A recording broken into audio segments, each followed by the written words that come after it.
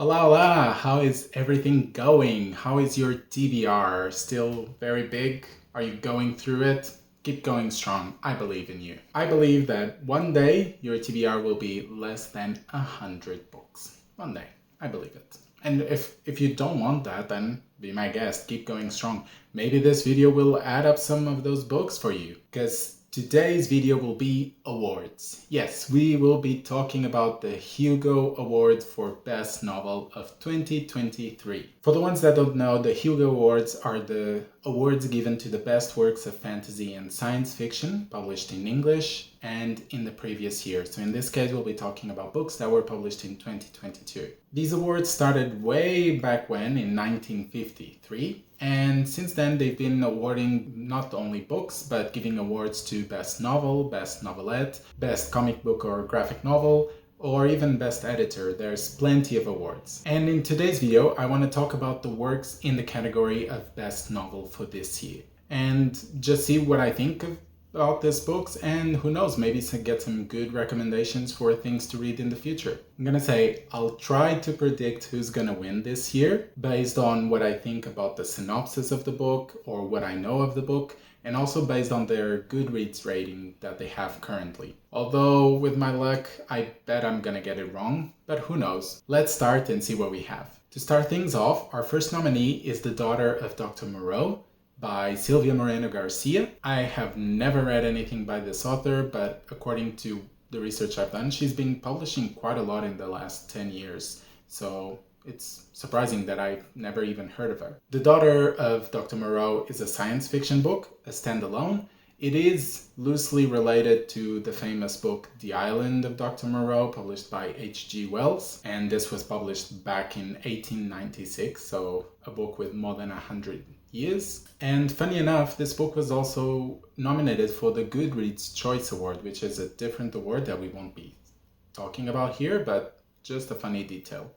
Now, regarding the synopsis of this book, again, we're going to go through the same thing. If you don't want to listen to it, just skip to this timestamp, and I'll be seeing you there. Otherwise, stay and listen to it. Carlotta Moreau, a young woman growing up in a distant and luxuriant estate, safe from the conflict and strife of the Yucatan Peninsula, the only daughter of either a genius or a madman. Montgomery Laughlin, a melancholic overseer with a tragic past and a propensity for alcohol, an outcast who assists Dr. Moreau with his scientific experiments, which are financed by the Lizalds, owners of magnificent haciendas and plentiful coffers. The hybrids, the fruits of the doctor's labor, destined to blindly obey their creator and remain in the shadows, a motley group of part human, part animal monstrosities. All of them living in a perfectly balanced and static world, which is jolted by the abrupt arrival of Eduardo Lizalde, the charming and careless son of Dr. Moreau's patron, who will unwittingly begin a dangerous chain reaction. For Moreau keeps secrets, Carlotta has questions, and in the sweltering heat of the jungle, passions may ignite. That synopsis definitely sounds interesting. The mixing of historical fiction with science fiction itself is a blend that I've never seen and definitely got me curious. I have to wonder, if you read The Island of Dr. Moreau, if that will benefit you, if you'll get more out of this book, or if that doesn't really matter much. Because if it is kind of a prerequisite, even though it's non-mandatory to read this book, then I guess it will hinder its chances of getting the award, since people will have to read a first book before being able to read this one, or they won't be able to get all the meaning out of the book. I was also surprised it's a book with less than 300 pages, which means the pacing has to be quite fast and you have to realize everything that is happening, plot, characters, world building, everything in a very short time. Even though world building wouldn't be that hard, because again, if you've read The Island of Dr. Moreau, then you would know where the setting is. This book has a score of 3.6 on Goodreads with more than 24,500 reviews. That's a lot. However, the rating itself, 3.6, is actually quite low for what I expected for a Hugo nominee. And it makes me wonder, what is the main criticism about this book? I won't look into it because I don't want to be spoiled. This book got me curious and I might read it in the future. But yeah, it raises these questions. So I'm not really sure if it will win this award or not. Our second nominee is the Kaiju Preservation Society, written by John Scalzi. This is another science fiction book, not part of any series, so it's a standalone, and it's not part of any of the worlds written by John Scalzi. Because, as you know, John Scalzi has written many books. I've read one of them, which is The Old Man's War, a very famous book of his, and I really enjoyed that book. I should actually pick up the sequels because I've read it so long ago and I planned to it but never got to it. But yeah. But going back to the book in question, which is the Kaiju Preservation Society, this was another nominee for the Goodreads Choice Awards, again for science fiction. And the synopsis is as follows, again, timestamp in case you want to skip it, if not stay around. When COVID-19 sweeps through New York City, Jamie Gray is stuck as a dead-end driver for food delivery apps. That is, until Jamie makes a delivery to an old acquaintance, Tom, who works at what he calls an animal rights organization. Tom's team needs a last-minute grunt to handle things on their next field visit. Jamie, eager to do anything, immediately signs on. What Tom doesn't tell Jamie is that the animals his team cares for are not here on Earth. Not our Earth, at least. In an alternate dimension, massive dinosaur-like creatures named Kaiju roam a warm and human-free world. They are the universe's largest and most dangerous panda, and they're in trouble. It's not just the Kaiju Preservation Society that's found its way to the alternate world. Others have, too, and their carelessness could cause millions back on our Earth to die. Sounds quite fun and full of action, right? I mean, I'm sure I would have a fun time reading this book. The setup being so in line with recent events definitely makes it relatable to the reader. And what I'm most surprised about is the fact that this book only has 260 pages. That's so little, so few pages. It makes me question, like, how does John Scalzi have time to develop everything to the point where a reader feels satisfied? I'm so used to the books with like 500 pages and have a slow progression and things develop slowly that like this book with 260 pages seems so small to me. But hey, if it was nominated, then it means a lot of people would have liked it, and there is possibility for it to win. And I mean, people on Goodreads seem to agree. This book has over 41,500 ratings on Goodreads, and the average score it has is 4.01 out of 5. That's pretty good for almost 50,000 ratings. This makes me think that maybe, possibly, this book might be one of the big contenders to win. Let's see about the rest. Our third contender is a book that has taken the bookshops by surprise this year, and that is Legends and Lattes by Travis Baldree. This is a standalone book, although this is down the fantasy realm. We got out of the science fiction, and a lot of you probably have heard about it already. It gained a lot of popularity in the last year, and it injected a lot of strength and vitality into the cozy fantasy genre. Funny enough, it was also a Goodreads Choice Award, of course for the fantasy category, but still funny how 3 out of 3 have been Goodreads Choice Award nominees. The synopsis of this book is as follows, and again, if you know the drill, what to do. After a lifetime of bounties and bloodshed, Viv is hanging up her sword for the last time. The battle-weary orc aims to start fresh, opening the first ever coffee shop in the city of Thun. But old and new rivals stand in the way of success, not to mention the fact that no one has the faintest idea what coffee actually is. If Viv wants to put the blade behind her and make her plans a reality, she won't be able to do it alone. But the true rewards of the uncharted path are the travelers you meet along the way, and whether drawn together by ancient magic, flaky pastry, or a freshly brewed cup, they may become partners, family, and something deeper than she could have ever dreamed. I'm definitely curious to read this book. This book didn't even need to be a Hugo nominee to spike my interest. I've heard so much about it. So many people have liked it. I definitely want to read it.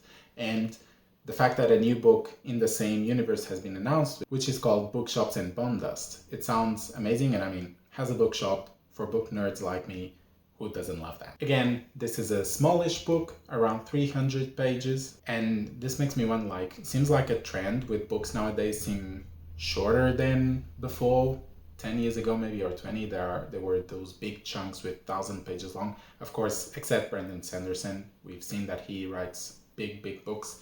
But yeah, it makes me wonder, This should be some research done into this and see if people are just liking smaller books in general.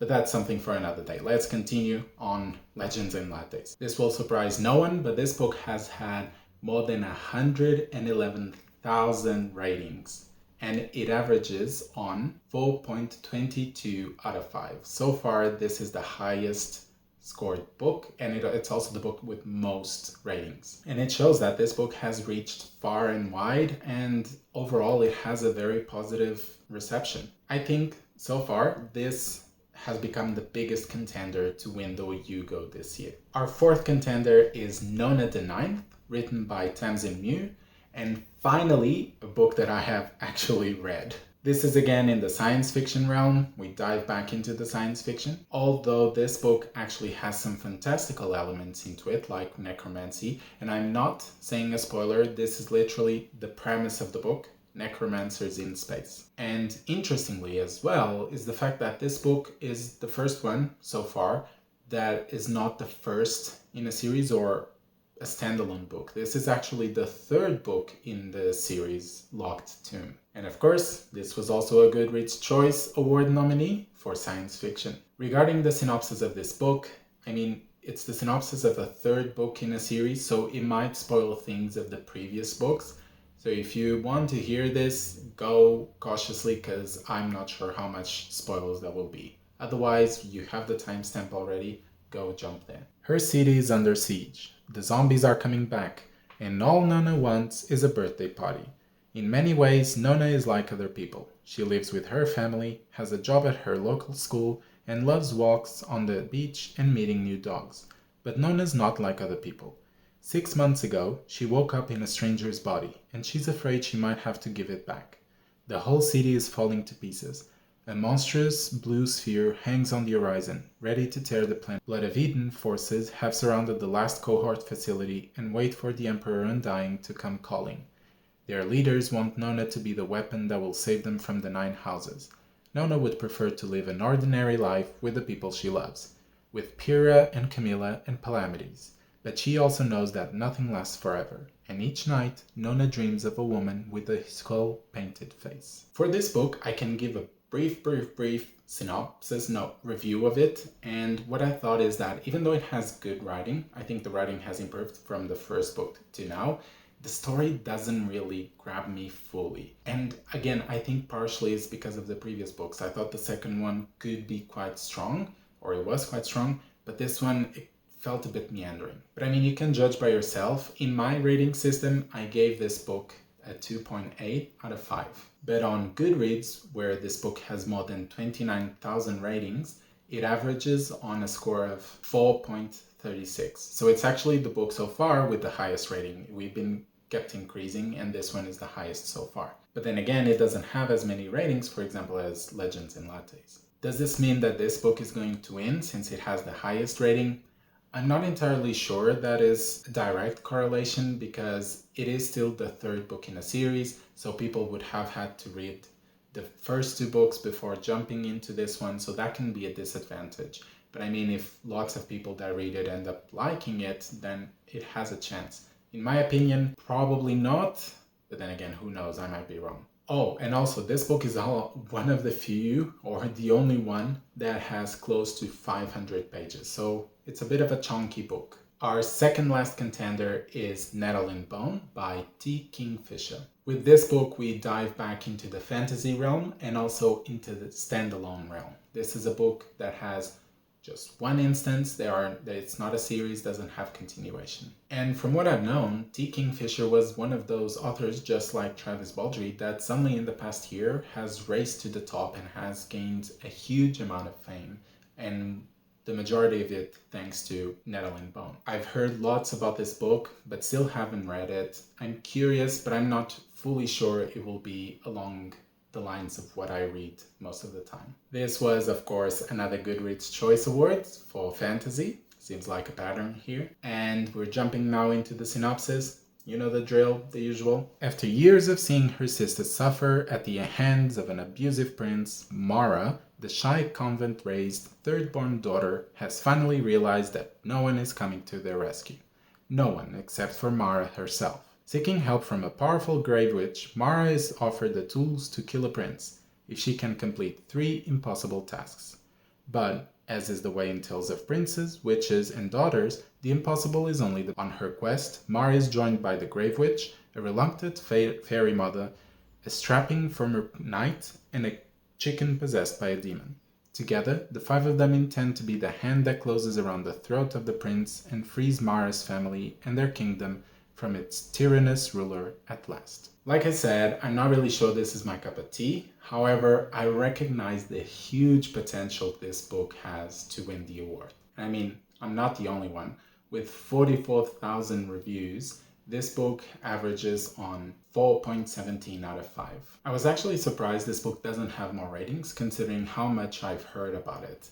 It might signal that not everyone gets interested in reading this, even though they hear about it and talk about it, which might make the journey to the top hard, and it might make the chances this book has to win the award hard, but not impossible, of course. And I mean, I wonder how T. Kingfisher was able to develop this story in less than 250 pages. That's so impressive. It's astounding how she was able to do that. And finally, our last contender is The Spearman by Mary Robinette Kowal. This is a science fiction standalone. Last book, science fiction standalone. You heard all that, I'm just repeating myself. I have read one work from Mary Robinette Kowal before, and that was Calculating Stars, and I had mixed feelings about it. I thought some parts were really well done, and others, in terms of plot, were a bit okay. But we're not here to talk about that book, we're talking about The Spearman. And it is unfortunate that this book is the only one that wasn't a Goodreads Choice Award nominee last year. I reckon it probably got released too late to get the traction it needs to get up to the Goodreads Choice Awards.